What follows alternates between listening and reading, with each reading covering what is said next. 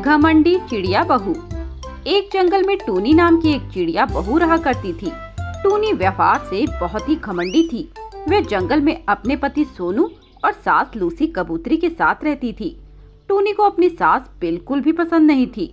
वह हमेशा उल्टा सीधा बोलती रहती। वहीं इन सब के बावजूद टूनी की सास लूसी अपनी बहू को बहू नहीं बल्कि अपनी सगी बेटी के जैसे प्यार करती थी और उसके लिए हर रोज कुछ न कुछ खरीदती रहती थी। एक दिन लूसी कबूतरी अपनी बहू के लिए एक साड़ी खरीदती है और उसे देती है। टूनी बहू, देख, मैं तुम्हारे लिए एक साड़ी लेकर आई हूँ, जरा देख कर बता कैसी लग रही है। अब क्या लिया है आपने माँ जी? बहू, तू जरा एक बार देख तो ले, बहुत ही अच्छी साड़ी है। मैंने आज ही तेरे लिए ली है, खास असली सिल्क के कपड़े से बनी हुई है। तू जब इसे पहनेगी तो सच में बहुत अच्छी लगेगी और मेरा बेटा भी तेरी बहुत तारीफ करेगा। अच्छा माँ जी, तो इसका मतलब आप अच्छे से जानती हैं कि सोनू जी को क्या पसंद है मुझ पर और क्या नहीं। हाँ बहू, तू सच में जब ये साड़ी पहनकर मेरे बेटे के सामने आएगी ना तो सच में वह तुझे देखता रह जाएगा। तू इतनी सुंदर लगेगी मेरी प्यारी बहू। बस बस माँ जी, मैं सब समझती हूँ आपकी चालाकी। आप ये महंगी सिल्क की साड़ी मुझे देकर हम दोनों को अलग करवाना चाहती हैं। मैं सब जानती हूँ। जब सोनू जी मुझसे ये पूछेंगे कि मैं ये साड़ी कहाँ से लाई तो मैं क्या कहूँगी कि आपने दिलाई। फिर वो सोचेंगे कि मेरी माँ कितनी अच्छी है और मेरी पत्नी का कितना ख्याल रखती है और वो आपकी हर बात मानेंगे और फिर आप अपना उल्लू सीधा करेंगी, उन्हें मेरे खिलाफ भड़काना शुरू करेंगी। आपको तो शुरू से ही मैं अच्छी नहीं लगती क्योंकि आप तो अपने बेटे की शादी अपनी मर्जी से करवाना चाहती थी, पर आपका बेटा मुझसे प्यार कर बैठा, इसी वजह से आप हमें अलग करना चाहती हैं। बहू, ये तू कैसी बातें कर रही है? मैं तो बस ये साड़ी तुझे देना चाहती हूँ। इसे पहनकर तू बहुत सुंदर लगेगी और मेरा बेटा भी तुझे देखकर बहुत खुश हो जाएगा। इन सब में ये बातें कहाँ से आ गई? माँ जी, मैं सब जानती हूँ। मैं कोई गवार नहीं हूँ, एक पढ़ी लिखी चिड़िया हूँ। भगवान ने मुझे इतना ज्ञान दिया है कि मैं अपना भला बुरा समझ सकती हूँ। बहू, तू गलत समझ रही है। मैंने ऐसा कुछ भी नहीं सोचा कि मैं तुम्हें अलग करने वाली हूँ। भला कोई माँ अपने बेटे की बहू को उससे अलग करेगी? कैसी बातें कर रही है तू मेरी बहू। हाँ माँ जी, बस मुझे सब पता है आप कितना भला चाहती हैं मेरा। आप मेरे बारे में कोई भी बात मत सोचा कीजिए, मैं जैसी हूँ ठीक हूँ। ऐसे टूनी अपनी सास को बेइज्जत करती रहती थी। बेचारी लूसी को बहुत दुख होता। उसे अपनी बहू के ऐसे व्यवहार की कतई उम्मीद नहीं थी। ऐसे ही कुछ दिन बीत जाते हैं। फिर एक दिन टूनी और अपनी माँ के बीच में तनाव देखता है सोनू और अपनी माँ से कहता है, माँ, सब कुछ ठीक है ना आप दोनों के बीच में? कुछ हुआ तो नहीं? वो टूनी ऐसे गुस्से में क्यों है? मैं उससे बात करने की कोशिश कर रहा हूँ पर वो मुझसे बात ही नहीं कर रही। नहीं मेरे बेटे, ऐसी कोई भी बात नहीं है, सब ठीक है। माँ, मैं टूनी की बात कर रहा हूँ। टूनी सही तो है ना? वो ऐसे गुस्से में क्यों है आजकल? क्या कोई बात हुई है? नहीं बेटा, वो भला क्यों गुस्से में होगी? तुझे कोई गलत फहमी हुई है। मेरे बच्चे, वो मेरी बहुत ही अच्छी बहू है, सबका बड़ा ख्याल रखती है और सभी से बड़े आदर और प्यार से बात करती है। मेरा भी बहुत ख्याल रखती है और हमेशा तेरे बारे में ही सोचती रहती है। मुझे तो मेरी बहू बहुत अच्छी लगती है। मेरे साथ गांव के और पक्षी औरतें भी उसकी तारीफ करती हैं।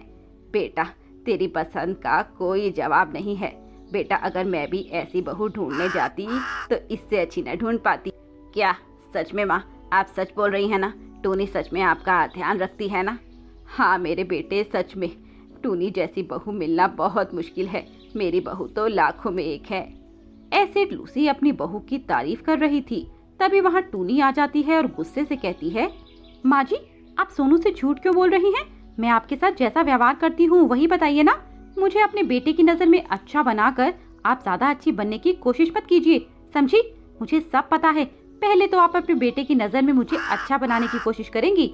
आप मेरी इतनी बढ़ाई करेंगी तो फिर सोनू जी को लगेगा कि आप तो बहुत अच्छी हैं, हमें एक रखने के लिए अपनी पूरी मेहनत कर रही हैं और फिर आपकी इज्जत आपके बेटे की नजर में बढ़ जाएगी और हमारे बीच लड़ाइयाँ शुरू हो जाएंगी। बहू, तू गलत समझ रही है, ऐसा कुछ भी नहीं है। सच में मैं तेरी बढ़ाई करके तुम्हें अलग क्यों करूंगी? सोनू इन बातों से परेशान होकर अपनी पत्नी को कुछ दिनों के लिए उसके मायके ले जाता है और टूनी अपनी माँ के पास जाने के लिए बहुत खुश होती है। अब ये लड़ाइयाँ भी खत्म हो जाएंगी ये सोचकर दोनों घर से निकल जाते हैं और टूनी के घर के निकल जाते ही टूनी अपनी माँ के पास जाती है और अपनी माँ से मिलकर बहुत खुश होती है। टूनी की माँ राजू कहती है, बेटा तू ठीक तो है ना, और तेरी सास कैसी है, वो भी ठीक है ना, तो उनका ख्याल भी रखती है। देख बेटी, सास को माँ के समान समझना चाहिए और उसकी वैसे ही सेवा करनी चाहिए जैसी माँ की करती हो। माँ, तुम्हें मेरी फिक्र भी है या नहीं? जब से आई हूँ देख रही हूँ आप मेरी सास के गीत गा रही हैं। आखिर आप मेरी सास को लेकर इतना परेशान क्यों हैं? आप मुझसे भी तो पूछ लो मैं कैसी हूँ। मुझे तो कोई तकलीफ नहीं और मेरी सास और मेरे बीच में सब ठीक तो है ना। मैं जानती हूँ बेटी, तुझे अच्छा नहीं लगता कि मैं तेरी सास की बात करती हूँ, पर बेटी तुझे ये समझना होगा वही तेरा घर है और घर में रहने वाली सास तेरी माँ है। माँ वो है ही ऐसी तो अच्छा कहाँ से लगेगा? हमेशा मुझसे जबरदस्ती चिपकी रहती है और मेरे और सोनू के बीच में खटास डालने की कोशिश करती है। बेटी तू अपनी सास के बारे में नहीं जानती, इसीलिए उससे नफरत करती है। पर बेटी मैं तुझे कुछ बताना चाहती हूँ, तेरी सास बहुत अच्छी है और भली है। आज अगर तुम्हारी शादी हुई है तो उन्हीं की वजह से हुई है और वो तुमसे बहुत प्यार करती हैं, जितना कोई सगी माँ भी ना कर पाए, शायद मैं भी ना कर पाऊँ। टूनी को अपनी माँ की ऐसी बातें सुनकर बहुत धक्का लगता है। उसे विश्वास ही नहीं होता कि ऐसा कुछ भी हो सकता था। क्या बात कर रही हैं माँ? भला इसमें सासू माँ ने क्या किया था? आपने ही तो सब कुछ किया था मेरे लिए। बेटी तुम दोनों की शादी बात जब हुई तो सोनू के पिताजी ने हमसे 30 लाख रुपए मांगे थे और कहा था अगर पैसे नहीं दिए तो शादी भी नहीं हो सकती। और बेटी तू तो जानती है भला मेरे पास इतने पैसे कहाँ से आएंगे। तो ऐसे में तेरी सास ने मेरी मदद की और उन्होंने मुझे चुपके से 30 लाख रुपए ला कर दिए, जिस वजह से तुम दोनों की शादी हो पाई। बेटी अगर आज तुम्हारी सास ना होती तो तुम दोनों की शादी भी ना हो पाती। तुम्हारी शादी के जो सारे गहने सब कपड़े ऐसे ही पड़े हैं, चाहे तो देख लो। ये बात सुनकर टूनी को बहुत दुख होता है कि उसने अपनी सास के साथ कितना बुरा किया और उसकी सास तो उसे अपनी बेटी की तरह मानती थी, पर एक वो है जो हमेशा उनको बेइज्जत करने में लगी रहती थी। टूनी तुरंत अपनी सासू माँ के पास जाती है और सीधा जाकर अपनी सास के पैरों में गिरकर उनसे माफी मांगती है। माँ जी मुझे माफ कर दीजिए, मैंने आपको कितना भला बुरा कहा, आपको कितनी गालियाँ दी, पर आपने मेरी सगी माँ से ज्यादा मेरा ख्याल रखा और मेरे लिए बहुत कुछ किया। उठ मेरी बेटी, तेरी जगह मेरे पैरों में नहीं, तेरी जगह तो मेरे दिल में है। टूनी अपनी सास के गले लगकर रोने लगती है और उसके बाद से टूनी हमेशा अपनी सास का ध्यान रखने लगी और उसका ख्याल एक बहू की तरह नहीं बल्कि एक बेटी की तरह रखती। और उन दोनों के बीच में ऐसा प्यार देखकर सोनू भी बहुत खुश रहने लगा।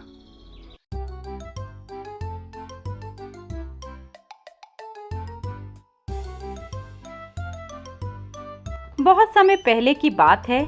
शिवपुर गांव के जंगल में टूनी और उसका बेटा छोटू रहते थे।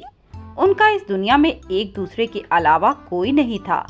शिवपुर गांव के जंगल में पानी की बहुत समस्या थी, क्योंकि पिछले कई महीनों से बारिश नहीं हुई थी, जिस कारण जंगल के तालाब और कुएं भी सूख गए थे, जिस कारण जंगल के सभी पक्षी चिंता में आ गए। एक दिन टूनी अपने बेटे के साथ नदी से मटका लेकर पानी भरने गई। उसके साथ जंगल के और पक्षी भी थे और वो जाते जाते आपस में बात कर रहे थे। हमारे जंगल की नदी तो बिल्कुल ही सूख गई है। हाँ बहन, कई महीनों से जब बारिश नहीं हुई और गर्मी भी तो बहुत पड़ रही है, और अगर ऐसे ही हालात चलते रहे तो हमारे तो पानी पीने के भी लाले पड़ जाएंगे। मामा, क्या अब जंगल में सूखे का खतरा मंडरा रहा है? क्या अब हमें पानी नहीं मिलेगा? नहीं बेटा, ऐसा नहीं कहते। भगवान ने चाहा तो जल्दी ही बारिश होगी और नदी में पानी वापस आ जाएगा। ऐसे ही वे पक्षी आपस में बात करते हुए उड़ जा रहे थे। थोड़ी देर बाद वे नदी के किनारे पहुंच जाते हैं और देखते हैं कि नदी का पानी पूरा सूखा पड़ा है। आसपास के पेड़ भी मुरझाए हुए हैं। हे भगवान, जिस बात का डर था वही हुआ। यह नदी तो पूरी तरह सूख गई है। अब हम पानी कहाँ से लाएंगे? और गर्मी तो बेतहाशा पड़ रही है। इतने में छोटू अपनी माँ टूनी से कहता है, मामा, मुझे बहुत तेज प्यास लग रही है, मुझे पानी चाहिए। बेटा, नदी में पानी बिल्कुल खत्म हो गया है, अब मैं तुझे पानी कहाँ से ला कर दूं? टूनी बहन, देखो, पानी की व्यवस्था तो करनी होगी। चलो हम दूसरे जंगल में पानी की तलाश में चलते हैं। हाँ बहन, मुझे भी यही लगता है कि हमें दूसरे जंगल में जाकर पानी की खोज करनी चाहिए। इसके बाद वे पक्षी उड़ते हुए पानी की तलाश में दूसरे जंगल में पहुंच जाते हैं, जहां उन्हें एक नदी मिलती है। वे उस नदी से पानी भरने लगते हैं। वहां उन्हें पानी भरते देख उस जंगल के पक्षी उनसे बोलते हैं, सुनिए, हमारे जंगल में कई महीनों से बारिश नहीं हुई है, जिस कारण नदी का पानी बहुत कम हो गया है। अगर आप जैसे दूसरे जंगल के पक्षी भी हमारे जंगल से आकर पानी लेंगे तो हमारी नदी भी सूख जाएगी। इसीलिए आप कृपा करके पानी न भरें और कहीं और चले जाएं। जी हाँ, कौवन बहन सही कह रही है। इस नदी में पानी केवल हम पक्षियों के लिए ही है। आप यहाँ से चले जाइए। तभी टूनी उनसे कहती है, देखो बहन जी, मेरा एक छोटा सा बच्चा है जो सुबह से प्यासा है। अगर मैं इसके लिए एक मटका पानी भर लूं तो आपको कोई आपत्ति तो नहीं होगी ना? हरगिज नहीं। अभी हम अगर आपको पानी दे देंगे तो और पक्षी भी हमसे पानी मांगेंगे, इसीलिए हम आपको पानी ले जाने नहीं दे सकते। मामा, मुझे बहुत प्यास लग रही है। मेरे बच्चे, मैं क्या करूं? कोई हमें पानी देने को तैयार ही नहीं है। पता नहीं था इतने भी बुरे दिन हमें देखने होंगे। टूनी उन सभी पक्षियों से बहुत विनती करती है कि उसे थोड़ा सा पानी दे दें, और अंत वो उसे पानी भरने की अनुमति दे देते हैं। चलो छोटू बेटे, तुम कुछ पानी पी लो और मैं कुछ पानी मटके में भर लेती हूँ। इसके बाद वे सभी पक्षी उस नदी से अपना अपना मटका भर लेते हैं।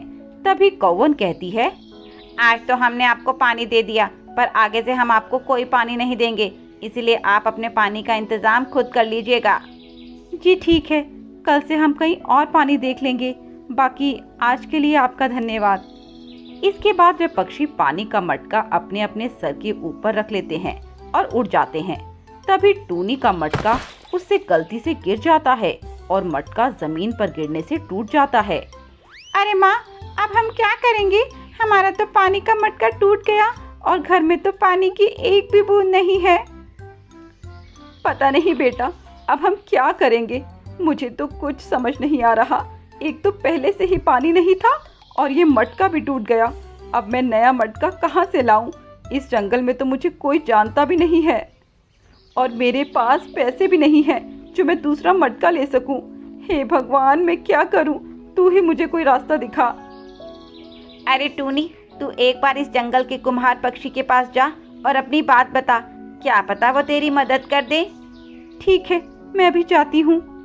टूनी जैसे ही जाने को मुड़ती है तभी छोटू उसे आवाज लगाता है, माँ, माँ, सुनो माँ। क्या हुआ छोटू? माँ, उस पेड़ पर देखो, उस पर एक मटका रखा हुआ है। लगता है भगवान को हम पर तरस आ गया, तभी तो उसने हमारे लिए ये मटका छोड़ दिया है। हाँ मेरे बच्चे, तू सही कह रहा है। इससे हमारे आज के पानी का इंतजाम तो हो जाएगा, पर कल क्या होगा किसे पता। इसके बाद टूनी उस पेड़ पर से वह मटका लेकर उसमें पानी भर लेती है और फिर घर के लिए उड़ जाती है। अगले दिन जंगल के सभी पक्षी आज फिर से पानी के लिए तड़प रहे थे, पर उन्हें आज किसी ने भी पानी नहीं दिया। जंगल वासियों का प्यास के कारण बुरा हाल हो रहा था। वहीं दूसरी तरफ जब छोटू पानी पीने के लिए मटके में देखता है तो वह नजारा देखकर दंग रह जाता है। माँ, माँ, जल्दी आओ माँ। क्या हुआ छोटू? तू इतना चिल्ला क्यों रहा है? सब ठीक तो है ना? माँ, हमने कल रात तक तो इस मटके का पानी पी लिया था ना? हाँ बेटा, हमने तो रात ही इसका सारा पानी पी लिया था। बस एक आधा गिलास पानी पड़ा था। पर अब देखो माँ, ये तो पूरा का पूरा मटका पानी से भरा हुआ है। ऐसा लगता है जैसे हमने इसमें से एक बूंद भी पानी नहीं लिया हो। टूनी भी उस मटके में पानी को भरा देखकर हैरान रह जाती है और छोटू से कहती है, बेटा तू ऐसा कर, एक पतीला ले आ, मैं उसमें इस मटके का पानी डाल देती हूँ और ऐसे हमें पता चल जाएगा कि आखिर ये हुआ कैसे। इसके बाद छोटू भागता हुआ रसोई घर में से एक पतीला लेकर अपनी माँ के पास आता है। ये लो माँ। टूनी उस मटके का सारा पानी उस पतीले में पलट देती है और मटका पूरी तरह खाली हो जाता है। फिर अगले ही पल जब टूनी उस मटके में नजर डालती है तो वह हैरान रह जाती है। उस मटके का पानी फिर से पूरा भर गया था। ये कैसे हो रहा है? ये कोई सामान्य मटका नहीं है।